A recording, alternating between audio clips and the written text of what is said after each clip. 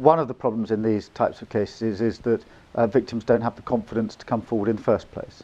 So there's a real issue for those of us charged with delivering criminal justice to ensure that more people have more confidence. The second issue is that when people do come forward, victims will quite often say they don't want to support the prosecution.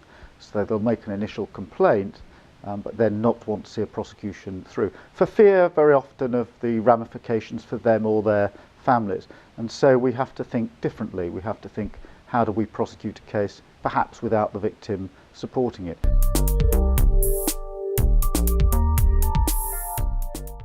I think there are a number of ways that you can build up confidence. The first is making it clear that if you come forward, you'll be met by a team that is a team of specialists who will understand what you're talking about and will start from a position of believing what you've said. Secondly, we have to let victims know that there is support that they can have as they go towards the court and any trial, either support by way of counselling before trial or support by way of special measures at trial, and that might be screens, it might be giving evidence over a video link. So we need to make it clear that all of this is available for victims. We also have to remind people that the conviction rate is now quite high, and therefore if you do come forward, there is a real possibility that your case will succeed, and it's important that all of that is communicated to victims so that they hopefully will have more confidence to come forward.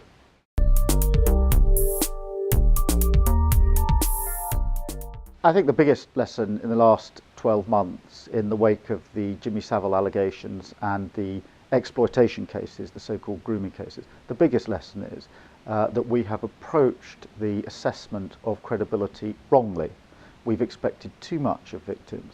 So we have asked questions such as, did the victim come forward and tell the incident to the police straight away? Did they give a full and coherent account straight away? Did they ever go back to the perpetrator? Were they affected by drink or affected by drugs? We've asked all those sorts of questions, and very often when we've got the answers, we then say the victim's not credible. I think that's been a mistake. I think we've asked too much of victims. We've seen their vulnerabilities as a barrier to justice. What we should have said is we don't want the model victim, whatever that may be. We want to understand the victim we've actually got in front of us. I think that's been the big lesson, and I think we're still picking up the learning from that. One of the reasons that we've recast our guidelines on child sexual abuse. But I think there's stuff here we can share with other countries and learn from other countries. But that really is, I think, the big lesson at the moment. Don't expect the model victim. They don't really exist. Deal with the victim that exists in front of you, and I think that's really where the learning is at the moment.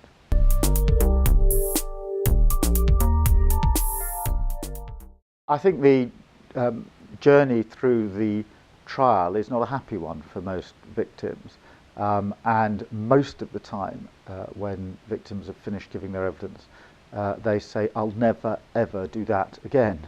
Now that's not a helpful message to go back to their friends, their communities and their colleagues, and it's not going to help us in building up confidence.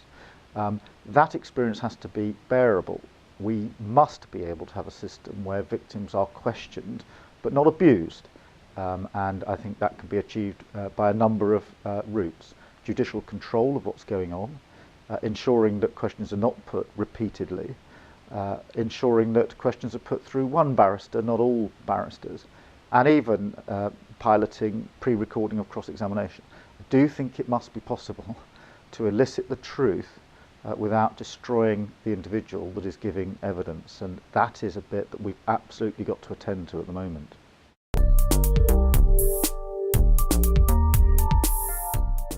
I think the high conviction rates reflect a lot of work that's gone in the last 5 or 6 years. 10 years ago we didn't monitor and measure the conviction rates for rape and domestic violence.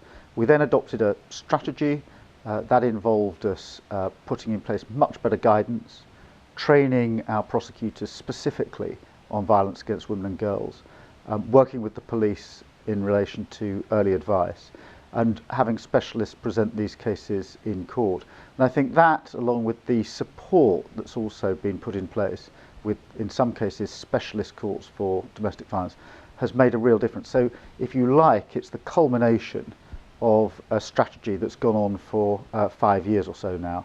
And for the first time, we're seeing year-on-year rises in the conviction rates. So I think to some extent that vindicates the strategy and policy that we've adopted to date.